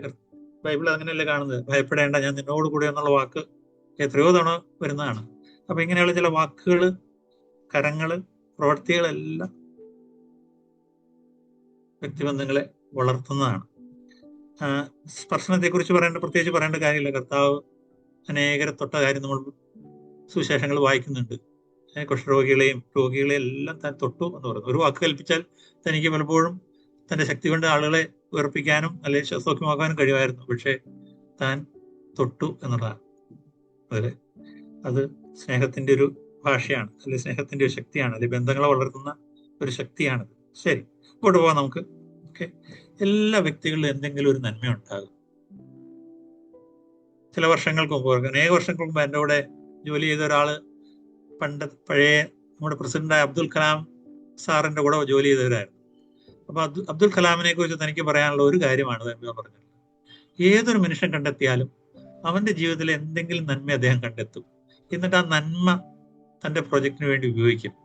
അതിപ്പോ പ്യൂണാണേലും ക്ലാർക്കാണേലും സയന്റിസ്റ്റ് ആണേലും ആരാണേലും ശരി, അവരുടെ ജീവിതത്തിൽ ഒരു നന്മ അദ്ദേഹം കണ്ടെത്തും. ആ നന്മ അദ്ദേഹം തന്റെ പ്രവൃത്തിക്ക് വേണ്ടി അല്ലെങ്കിൽ തന്റെ പ്രൊജക്ടിന് വേണ്ടി അദ്ദേഹം ഉപയോഗിക്കും. ഇതൊരു വലിയൊരു സ്റ്റേറ്റ്മെന്റ് അല്ലേ? എല്ലാ വ്യക്തികളിലും എന്തെങ്കിലും ഒരു നന്മയുണ്ട്. ആ നന്മ പൊതുപ്രയോജനത്തിനായിട്ട്, ദൈവമഹത്വത്തിനായിട്ട് ഉപയോഗിക്കാനായിട്ട് നാം ശ്രമിക്കുകയും ചെയ്യുമ്പോൾ വ്യക്തിബന്ധങ്ങളല്ലേ വളരുന്നത്, അല്ലെ? വ്യക്തിബന്ധങ്ങൾ ശക്തിപ്പെടുകയല്ലേ ചെയ്യുന്നത്. അതും ഞാൻ പറയുമ്പോൾ എനിക്കറിയാം അത് വളരെ ബുദ്ധിമുട്ടുള്ളൊരു കാര്യമാണ്. എങ്കിൽ നമുക്ക് ശ്രമിച്ചുകൂടാ, അല്ലെ? അബ്ദുൽ കലാം എല്ലാ മനുഷ്യരെയും നന്മ കണ്ടെത്തി അത് ഉപയോഗിച്ചതുപോലെ എല്ലാ മനുഷ്യരിലും എന്തെങ്കിലും നന്മ ദൈവം കൊടുത്തിട്ടുണ്ട്, അല്ലെ? കൃപാവരമില്ലാത്ത ഒരു മനുഷ്യരില്ല എന്നല്ലേ ബൈബിൾ പഠിപ്പിക്കുന്നത്.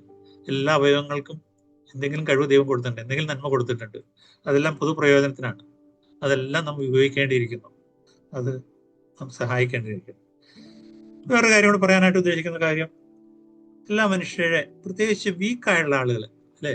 കഴിവ് കുറഞ്ഞ, ബഹുമാനം കുറഞ്ഞവരെ ഒന്ന് പറയുന്നത് 12ാം അധ്യായത്തിൽ നമ്മളെ ഉത്ബോധിപ്പിക്കുന്ന വേറൊരു കാര്യം അതാണ്. കഴിവ് കുറഞ്ഞവരെ നമ്മൾ പ്രത്യേകം മാനം കൊടുക്കാനായിട്ട് നമ്മൾ ശ്രമിക്കണം എന്നുള്ളതാണ്. അതും ബന്ധങ്ങളെ അല്ലെങ്കിൽ സ്വഭാവബന്ധങ്ങളെ വർദ്ധിപ്പിക്കുന്ന ഒരു പ്രധാനപ്പെട്ട ഘടകമാണ്. വിദ്യാഭ്യാസം കുറഞ്ഞുള്ളവര്, അല്ലെങ്കിൽ കഴിവ് കുറഞ്ഞവര്, സമൂഹത്തിൽ വലിയതായിട്ട് അംഗീകരിക്കാത്തവര്, അങ്ങനെയുള്ള ആളുകൾ നമ്മുടെ സഭകളിലും നമ്മുടെ മീറ്റിങ്ങുകളിലും ഉണ്ടാവുമല്ലോ. അവർക്ക് വേണ്ടി നമ്മൾ പ്രത്യേകമായിട്ടുള്ള ഒരു കരുതൽ, ഒരു താങ്ങൽ കൊടുക്കേണ്ടത് ആവശ്യമില്ലേ? അത് തീർച്ചയായിട്ടും ബന്ധങ്ങളെ വർദ്ധിപ്പിക്കില്ലേ? അവർ വരുമ്പോൾ അവരെ സ്വീകരിക്കുക, അവരോട് പോയി സംസാരിക്കുക, അവരെ സന്ദർശിക്കുക, അതെല്ലാം പ്രധാനപ്പെട്ടതാണ്. ദൂരെയുള്ളവരെ, പ്രത്യേകിച്ച് നമ്മുടെ സഭകളിൽ നിന്ന് ദൂരെ പോയിട്ടുള്ളവരെ ഇടയ്ക്കൊക്കെ ഒന്ന് വിളിക്കുന്ന എത്രയൊരു ആശ്വാസമാണ് അവർക്ക്. ഇന്ന് രാവിലെയാണ്, ഇന്ന് ഉച്ചകഴിഞ്ഞാണ് എനിക്കൊരു ത്രിപുരയിൽ അഗർത്തലയിൽ നിന്ന് എനിക്കൊരു മെസ്സേജ് കിട്ടി. താങ്ക് യു ഫോർ കെയറിംഗ് എന്ന് പറഞ്ഞു. എനിക്കറിയാം, ഞാൻ ഈ അടുത്ത കാലത്തൊന്നും അദ്ദേഹത്തെ വിളിച്ചില്ല, പക്ഷെ എന്താണെന്ന് അറിഞ്ഞുകൂടാ, ഒരു മെസ്സേജ് എനിക്ക് വന്നു. അപ്പൊ ഞാൻ തിരിച്ചൊന്നും വിളിച്ചില്ല, ഇതുവരെയും വിളിച്ചില്ല, ഒന്ന് വിളിക്കണം എന്ന് വിചാരിച്ചു. അപ്പൊ അത് ഒരു മെസ്സേജ് വരുമ്പോൾ നമുക്കൊരു സന്തോഷമല്ലേ. Thank you for caring me. എന്തായാലും അദ്ദേഹം ഉദ്ദേശിക്കുന്നത് എനിക്ക് മനസ്സിലായില്ല. അപ്പൊ ദൂരെ പോയവരൊക്കെ ഒന്ന് വിളിക്കുക, ഒരു മെസ്സേജ് അയക്കുക, കാണുക, അതൊക്കെ ചെയ്യുന്നത് വളരെ പ്രധാനപ്പെട്ട കാര്യമാണ്. അപ്പൊ 3 കാര്യങ്ങളെ ഇപ്പൊ പറഞ്ഞത്. ഒന്ന്, വ്യക്തിബന്ധങ്ങളുടെ അടിസ്ഥാനം, വ്യക്തിബന്ധങ്ങളെ തളർത്തുന്ന ചില ഘടകങ്ങൾ, വ്യക്തിബന്ധങ്ങളെ വളർത്തുന്ന ചില ഘടകങ്ങൾ. ഇനി സഭാ പ്രവർത്തനങ്ങളിലെ വ്യക്തിബന്ധങ്ങളിലുള്ള പ്രശ്നങ്ങൾ, അല്ലെങ്കിൽ അതിങ്ങനെ ലഘൂകരിക്കും, എങ്ങനെ പരിഹരിക്കും എന്നുള്ളതിനെ കുറിച്ചാണ് പറയേണ്ടത്. Dealing with conflicts in the churches. സഭകളിൽ പൊതുവായിട്ട് പ്രശ്നം ഉണ്ടാകുന്ന 3 കാരണങ്ങൾ കൊണ്ടാണ്. ഒന്ന്, ഉപദേശപരമായ കാര്യങ്ങൾ. രണ്ടാമത്, പ്രായോഗികമായ കാരണങ്ങൾ. മൂന്നാമത്, വ്യക്തിപരവുമായുള്ള കാര്യങ്ങൾ. ഈ 3 കാരണങ്ങളാണ് പലപ്പോഴും പ്രശ്നങ്ങൾ ഉണ്ടാകുന്നത്. Doctoral matters. നമുക്കറിയാം, നമുക്ക് പല ഉപദേശങ്ങൾ മുറുകെ പിടിക്കുന്നവരാണ് നമ്മളെല്ലാം, അല്ലെ? നമുക്ക് വ്യക്തിത്വമായ കാഴ്ചപ്പാടുകളുണ്ട്. നമുക്ക് ഉപദേശ വിഷയങ്ങളും ബൈബിളിലെ കാര്യങ്ങളും നമ്മൾ വിവിധ രീതികൾ നമ്മൾ മനസ്സിലാക്കിയിരിക്കുന്നു. അപ്പൊ ആ വ്യത്യാസം ഉള്ളതുകൊണ്ട് പലപ്പോഴും അതൊരു കോൺഫ്ലിക്റ്റിന് കാരണമാകാം. പക്ഷെ പലപ്പോഴും വചനത്തിന്റെ അടിസ്ഥാനം നമ്മൾ ഉപദേശത്തിലുള്ള പ്രശ്നങ്ങൾ അല്ലെങ്കിൽ വിഷയങ്ങളിലുള്ള വ്യത്യസ്തങ്ങളോ അല്ലെങ്കിൽ അതിലുള്ള സംഘർഷങ്ങളും വളരെ എളുപ്പമാണ് പരിഹരിക്കാൻ. അപ്പോസ്തല പ്രവർത്തനം 15-ാം അധ്യായത്തില് നമുക്കറിയാം, അത് തുടങ്ങുന്നത് ചില പ്രശ്നങ്ങളിലൂടെയാണ്. സഭയിൽ ചില പ്രശ്നങ്ങളുണ്ടായി, അല്ലേ? എന്നാൽ ആ പ്രശ്നങ്ങൾ വളരെ വേഗം പരിഹരിക്കപ്പെട്ടു. എന്നാൽ രണ്ടാമത്തെ പ്രായോഗികമായ പ്രശ്നങ്ങളുള്ള പരിഹാരങ്ങളാണ് പലപ്പോഴും ബുദ്ധിമുട്ടുള്ളത്. 15-ാം അധ്യായത്തിന്റെ അവസാനത്തിൽ അപ്പോസ്തലനായ പൗലോസും ബർന്നബാസും തമ്മിലൊരു പ്രശ്നമുണ്ടായി. അതൊരു പ്രായോഗിക പ്രശ്നമായിരുന്നു. മിഷനയാത്രയിൽ ആരൊക്കെ കൊടുത്തുകൊണ്ട് അതിലവർക്ക് പെട്ടെന്നൊരു പരിഹാരം കണ്ടെത്താനായിട്ട് കഴിഞ്ഞില്ല. പലപ്പോഴും അതിലാണ് പ്രശ്നം പലപ്പോഴും വരുന്നത്. കാർ എവിടെ പാർക്ക് ചെയ്യും, എന്ത് അച്ചാറുണ്ടാക്കണം, എന്ത് മ്യൂസിക്, എന്ത് പാട്ട് പാടണം, സഭാ ഹാളിലെ അറേഞ്ച്മെന്റ് എങ്ങനെയായിരിക്കണം, സ്വോത്രകാഴ്ച എങ്ങനെ എടുക്കണം, ഇങ്ങനെയുള്ള അനേക പ്രശ്നങ്ങളാണ് പലപ്പോഴും പ്രശ്നങ്ങൾ ഉണ്ടാകുന്നത്. അത് നമുക്കറിയാം, ശരിയായ രീതിയിൽ അതിനൊരു സൊല്യൂഷൻ ഇല്ല. അതെങ്ങനെ ചെയ്യേണ്ടതെന്ന് വ്യക്തമായ മാർഗനിർദ്ദേശങ്ങളില്ല. പ്രായോഗികമായ പ്രശ്നങ്ങളിലാണ് പലപ്പോഴും വ്യക്തിബന്ധങ്ങളിലുള്ള പ്രശ്നങ്ങൾ വരുന്നത്. അതുപോലെ തന്നെ നമ്മുടെ വ്യക്തിത്വങ്ങളിലുള്ള വ്യത്യാസങ്ങളിലൂടെ വരാം. ചില ആളുകൾ എളുപ്പം കാര്യങ്ങൾ ചെയ്യുന്നവരാണ്, ചിലപ്പോൾ സാവധാനം ചെയ്യുന്നവരാണ്, ചിലപ്പോൾ ആളുകൾ ഓപ്പൺ ആയിട്ട് സംസാരിക്കുന്നവരാണ്, ചിലപ്പോൾ അത്രയും സംസാരിക്കുന്നവരല്ല. അപ്പൊ അങ്ങനെയുള്ള ഒരുപാട് വ്യത്യാസങ്ങളുണ്ട്. അപ്പൊ അതുകൊണ്ടെല്ലാം പ്രശ്നങ്ങൾ വരാനായിട്ട് കഴിയും. അപ്പോൾ അതെല്ലാമാണ് ഒരു പ്രശ്നം. അപ്പോസ്തല 15-ാം അധ്യായത്തിലെ അപ്പോസ്തലന്മാര് തമ്മിലുള്ള സംഘർഷത്തെ കുറിച്ച് 1-2 മിനിറ്റ് കൊണ്ട് സംസാരിക്കണമെങ്കിൽ ആഗ്രഹമുണ്ട്. ശരിക്കും അത് ആ പ്രശ്നം എടുത്താൽ അപ്പോസ്തലനായ പൗലോസും ബർന്നബാസും തമ്മിലുള്ള ആ പ്രശ്നം ശരിക്കും നോക്കിക്കഴിഞ്ഞാൽ രണ്ട് ഭാഗത്തും ശരിയുണ്ട് താൻ, അല്ലേ? എന്തുകൊണ്ടാണ് ആ കാര്യം ഒന്ന് പരിശോധിച്ച് നോക്കിക്കഴിഞ്ഞാൽ നമുക്കറിയാം. പൗലോസ് പറയുന്നത് ശരിയല്ലേ, ബർന്നബാസ് പറയുന്നത് ശരിയല്ലേ, രണ്ട് ഭാഗത്തും ശരിയുണ്ട്. അപ്പൊ അതിനെന്തൊരു പരിഹാരം കണ്ടെന്ന് ചോദിച്ചു കഴിഞ്ഞാൽ ഒരു പരിഹാരം കണ്ടെന്ന് പറഞ്ഞാൽ വളരെ ബുദ്ധിമുട്ടുള്ള ഒരു കാര്യമാണ്. അപ്പൊ പലപ്പോഴും പ്രായോഗിക പ്രശ്നങ്ങളിൽ രണ്ടിടത്തും ശരി ഉണ്ടാവും എന്നുള്ളതാണ് ഒരു കാര്യം. അപ്പോ പല കാര്യങ്ങൾക്കും എളുപ്പം ഒരു പരിഹാരം ഉണ്ടാവുകയില്ല. ബർന്നബാസ് ശരിയായിരുന്നു, പൗലോസ് ശരിയായിരുന്നു, അല്ലെ? മർക്കോസ് പോകാൻ ആഗ്രഹിക്കുന്ന പല കാരണങ്ങളുണ്ടാവാം. പോകുന്ന വഴിക്കുള്ള തടസ്സങ്ങളെ കുറിച്ചുള്ള ബുദ്ധിമുട്ടുകളും പ്രശ്നങ്ങളും തന്നെ തളർത്തിയിട്ടുണ്ടാവാം. എനിക്ക് യെരൂശലേമിലെ സഭയിലേക്ക് പോകാനുള്ള ഒരു ആഗ്രഹം ഉണ്ടായിരുന്നിരിക്കാം, അല്ലെങ്കിൽ ജാതികളുമായിട്ടുള്ള സമ്പർക്കം വന്നപ്പോൾ അദ്ദേഹത്തിന് വളരെ ഡിസ്കറേജ്മെന്റ് ഉണ്ടായിരിക്കാം. അപ്പൊ അതെല്ലാം ശരിയായ കാര്യങ്ങളാണ്. പക്ഷെ പൗലോസ് പറഞ്ഞു, ഒരിക്കൽ വിട്ടുപോയി കഴിഞ്ഞാൽ അവൻ ഇനിയും വിട്ടുപോകില്ല എന്ന് എന്താ ഉറപ്പ്? ഇനിയും ദൈവവേലയ്ക്ക് ഒരു വലിയ നാണക്കേട് വരുത്തില്ല എന്ന് എന്താ ഉറപ്പ്? അത് ശരിയാണ്. അപ്പോൾ രണ്ട് ശരികൾക്കിടയിൽ എങ്ങനെ ശരി കണ്ടെത്തും എന്നുള്ള ഒരു വലിയ പ്രശ്നമാണ്. അപ്പോഴേ നാം ഓർക്കണം, 3 പ്രായോഗിക പരിഹാരമാണ്. അല്ലെങ്കിൽ ഈ കാര്യത്തില് പ്രായോഗിക പരിഹാരം ഇങ്ങനെ കണ്ടെത്താമെന്ന് ഞാൻ വിചാരിക്കുന്നു. ഒന്ന്, നമ്മുടെ സംഘർഷങ്ങളുള്ള മേഖലകൾ നമ്മൾ നോക്കണം. എസെൻഷ്യൽ ആയിട്ടുള്ള കാര്യങ്ങളാണോ, ഇമ്പോർട്ടൻ്റ് ആണോ, അതോ ഇത് രണ്ടിലും അല്ലാത്ത കാര്യങ്ങളാണോ നമ്മൾ നോക്കേണ്ടിയിരിക്കുന്ന കാര്യമാണ്. എസെൻഷ്യൽ തിങ്സ്, വളരെ അത്യാവശ്യമുള്ള ചില കാര്യങ്ങളുണ്ട്, അതിന് നമ്മൾ ഒരിക്കലും കോംപ്രമൈസ് ചെയ്യാൻ പാടില്ല. ബൈബിളിന്റെ നിസ്തുലത, തൃത്വം, യേശുക്രിസ്തുവിന്റെ ദൈവത്വം, മനുഷ്യത്വം, യേശുക്രിസ്തുവിന്റെ മരണം, രക്ഷയുമായിട്ട് ബന്ധപ്പെട്ട കാര്യങ്ങൾ, ഇതെല്ലാം വളരെ എസെൻഷ്യൽ ആയിട്ടുള്ള കാര്യങ്ങളാണ്. ഈ കാര്യത്തിൽ നമ്മൾ മനുഷ്യരായിട്ട് ഒരിക്കലും കോംപ്രമൈസ് ചെയ്യാൻ പാടില്ല. സഭയിൽ ആരെങ്കിലും വന്ന് യേശുക്രിസ്തുവിന്റെ ദൈവത്തിനോ രക്ഷയെ ബാധിക്കുന്ന ഒരു കാര്യം പഠിപ്പിച്ചു കഴിഞ്ഞാൽ നമുക്ക് എഴുന്നേറ്റ് നിന്ന് സ്റ്റോപ്പ് എന്ന് പറയാനുള്ള അധികാരമുണ്ട്, നിർത്തുക എന്ന് പറയാൻ അധികാരമുണ്ട്. അതിനൊരിക്കലും നമുക്ക് കോംപ്രമൈസ് ചെയ്യാൻ പാടില്ല. ഒരു മനുഷ്യന്റെ രക്ഷയെ, നിത്യതയെ ബാധിക്കുന്ന കാര്യങ്ങളുണ്ട്, ഒരിക്കലും കോംപ്രമൈസ് ചെയ്യുമ്പോൾ അത് എസെൻഷ്യൽ ആയിട്ടുള്ള കാര്യം. എന്നാൽ നോൺ എസെൻഷ്യൽ ആയിട്ടുള്ള, എന്നാൽ ഇമ്പോർട്ടൻ്റ് ആയിട്ടുള്ള ചില കാര്യങ്ങളുണ്ട്, അത് പ്രാധാന്യമായ ഒരാളുടെ വളർച്ചയെ അല്ലെങ്കിൽ സ്വർഗത്തിലുള്ള പ്രതിഫലങ്ങളെ അല്ലെങ്കിൽ സ്വർഗത്തിലുള്ള അവന്റെ ഭൂമിയിലുള്ള അവന്റെ ക്രിസ്തീയ വളർച്ചയെ ബാധിക്കുന്ന ചില കാര്യങ്ങളുണ്ട്. അപ്പൊ ആ കാര്യത്തിൽ നമ്മൾ ചില വിട്ടുവീഴ്ചകൾ കൊടുക്കാം, പക്ഷെ എല്ലാ കാര്യങ്ങളും വിട്ടുവീഴ്ച കൊടുക്കാൻ പറ്റില്ല. അല്ലെ? ഒരാൾ വന്നിട്ട് പറയാണ് സ്നാനം ആവശ്യമില്ല എന്ന് പറഞ്ഞു കഴിഞ്ഞാൽ അത് ഇമ്പോർട്ടൻ്റ് ആയിട്ടുള്ള ഒരു കാര്യമാണ്. പക്ഷെ അതിന്റെ പേരിൽ അദ്ദേഹത്തെ വഴക്കുറഞ്ഞ നീ ഇരിക്കാന്ന് പറയേണ്ട അധികാരമില്ല നമുക്ക്. അതൊരു മനുഷ്യന്റെ വളർച്ചയും ബന്ധപ്പെട്ട ഒരു കാര്യമാണ്. അപ്പോൾ അങ്ങനെയുള്ള കാര്യങ്ങളിൽ നമ്മൾ ചില കാര്യങ്ങൾ വിട്ടുവീഴ്ച കൊടുക്കണം. ഇത് രണ്ടും അല്ലാത്ത ചില കാര്യങ്ങളുണ്ട്, നോൺ എസെൻഷ്യൽ അൺഇമ്പോർട്ടൻ്റ് ആയിട്ടുള്ള കാര്യം. അപ്പൊ അങ്ങനെയുള്ള കാര്യങ്ങളെല്ലാം നമ്മൾ വിട്ടുവീഴ്ച കൊടുത്തേ പറ്റൂ. ആഭരണം ധരിക്കണോ വേണ്ടയോ, പാട്ട് ഇങ്ങനെ വേണോ അങ്ങനെ വേണോ, ചില ആളുകൾ മ്യൂസിക് ഇൻസ്ട്രുമെന്റ് ഉപയോഗിക്കില്ല. അത് നമ്മുടെ ആത്മീയത വളർച്ചയൊന്നും വലിയ ബാധിക്കുന്ന ഒരു കാര്യമല്ല. ആഭരണം ഇട്ടാലും നമ്മൾ ആത്മീയരാകുന്നില്ല, ആഭരണം ഇട്ടില്ലെങ്കിലും നമ്മൾ ആത്മീയരാകുന്നില്ല. അപ്പൊ ആ കാര്യത്തിലൊന്നും നമ്മൾ ഒരു വലിയ വാശി പിടിക്കുകയോ അല്ലെങ്കിൽ എന്റെ കാര്യമില്ല. അഗസ്റ്റിൻ പറഞ്ഞ ആ കാര്യം ഞാൻ ഓർക്കുന്നു. In essentials unity, non essentials liberty, in all things charity. അല്ലെ? എസെൻഷ്യൽ ആയ കാര്യങ്ങൾ നമ്മൾ എപ്പോഴും മുറുകെ പിടിക്കണം, അതിൽ ഐക്യത നമുക്കുണ്ടാവണം. അല്ലാത്ത കാര്യങ്ങളിൽ, നോൺ എസെൻഷ്യൽ ആയുള്ള കാര്യങ്ങളിൽ ഒരു സ്വാതന്ത്ര്യം നമുക്കുണ്ട്. ആ സ്വാതന്ത്ര്യം നമ്മൾ ഖനിക്കാനായിട്ട് പാടില്ല എന്നുള്ള കാര്യം പറഞ്ഞു. എല്ലാ കാര്യങ്ങളും ഒരു ചാരിറ്റി സൂക്ഷിക്കേണ്ടതുണ്ട്. പൗലോസിന്റെ മാതൃക ഞാൻ പ്രത്യേകമായിട്ടൊന്ന് പറയാനായിട്ട് ഞാൻ ഉദ്ദേശിച്ചു. ഈ പ്രശ്നങ്ങളെല്ലാം അപ്പോസ്തല പ്രവൃത്തി 15 അധ്യായത്തിന്റെ അവസാന ഭാഗത്തുണ്ടായ ഈ പ്രശ്നങ്ങളെല്ലാം അവർ തമ്മിൽ പിരിഞ്ഞു പോയി എന്നുള്ള കാര്യം നമ്മൾ പറഞ്ഞു, അല്ലേ? വഴക്കുണ്ടായി, ഉഗ്രവാദമുണ്ടായിട്ട് അവർ പിരിഞ്ഞു. ബർന്നബാസ് സൈപ്രസിലേക്ക് പോയി, പൗലോസ് ആണെങ്കിൽ ശീലാസിനെയും കൂട്ടി തന്നെ മിഷണറി യാത്ര തുടർന്ന് നമ്മൾ വായിക്കുന്നത്. പക്ഷെ പൗലോസിന്റെ ഹൃദയത്തിൽ താൻ ഒരിക്കലും ഒരു കയ്പ് സൂക്ഷിച്ചില്ല. എങ്ങനെ നമുക്കറിയാം? താൻ അധികം താമസിയാതെ എഴുതിയതാണ് 1 കൊരിന്ത്യർ 9 അധ്യായത്തിന്റെ 6 വാക്യം. എന്താണ് പൗലോസ് ബർന്നബാസിനെ കുറിച്ച് പറഞ്ഞത്?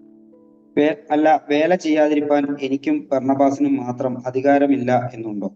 വേല എനിക്കും ബർന്നബാസിനും മാത്രം.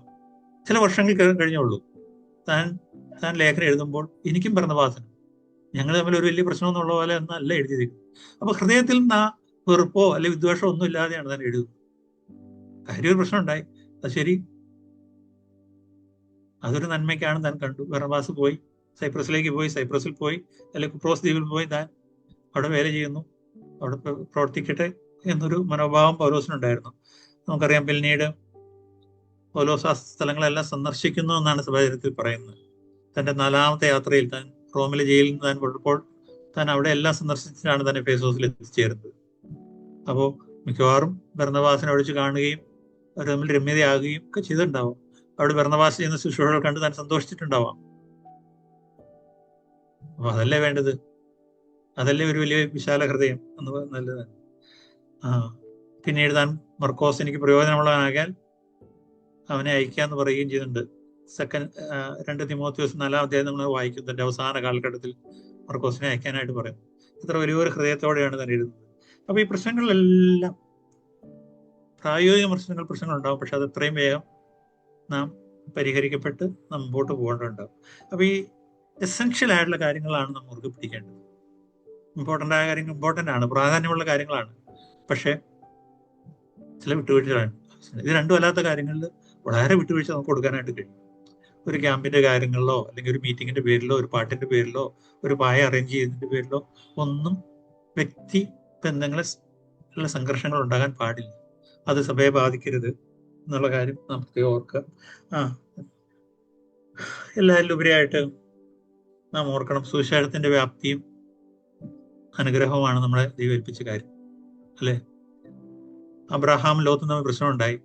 അവിടെ തന്നെ എഴുതിയിരിക്കുന്ന ഒരു വാക്യം എന്താണ്? കനാന്യർ ദേശത്ത് പാർത്തിരുന്നു. അബ്രഹാം പറഞ്ഞു, നീ ഇടത്തോട്ട് നീ ഇടത്തോട്ട് പോയി, ഞാൻ വലത്തേക്ക് പൊക്കോളാം. എന്താ കാരണം? കനാന്യർ ദേശത്ത് പാർത്തിരുന്നു. ദൈവത്തിന്റെ സഭയുടെയും ദൈവത്തിന്റെ സുവിശേഷത്തിന്റെയും അനുഗ്രഹമാണ് നമ്മുടെയും പ്രധാനപ്പെട്ട ലക്ഷ്യം. അപ്പോൾ ചില കാര്യങ്ങൾ നമ്മൾ കോംപ്രമൈസ് ചെയ്യുന്ന ആ കാര്യത്തിന് വേണ്ടിയിട്ട് ദൈവസഭയെ ഒരിക്കലും ഭിന്നിപ്പിക്കാനോ അല്ലെങ്കിൽ ദൈവസഭയുടെ വളർച്ചയ്ക്ക് തടസ്സമായിട്ടുള്ള ഒരു കാര്യങ്ങളും നമ്മുടെ ഭാഗത്തു നിന്നോ നമ്മുടെ ജീവിതത്തിൽ നിന്നോ നമ്മുടെ വ്യക്തി ജീവിതത്തിൽ നിന്നോ ഒരു സംഘർഷത്തിന് ഇടവരാതെ നാം സൂക്ഷിക്കേണ്ടിയിരിക്കുന്നു. സുവിശേഷത്തിന്റെ മഹത്വവും നന്മയുമാണ് നമ്മുടെ ജീവിതത്തിന്റെ കാര്യം. എല്ലാവരിലും ഉപരിയായിട്ട് പ്രാർത്ഥനയ്ക്ക് ഒരു വലിയ ശക്തി ഉണ്ടെന്നും കൂടെ ഞാൻ പറയട്ടെ.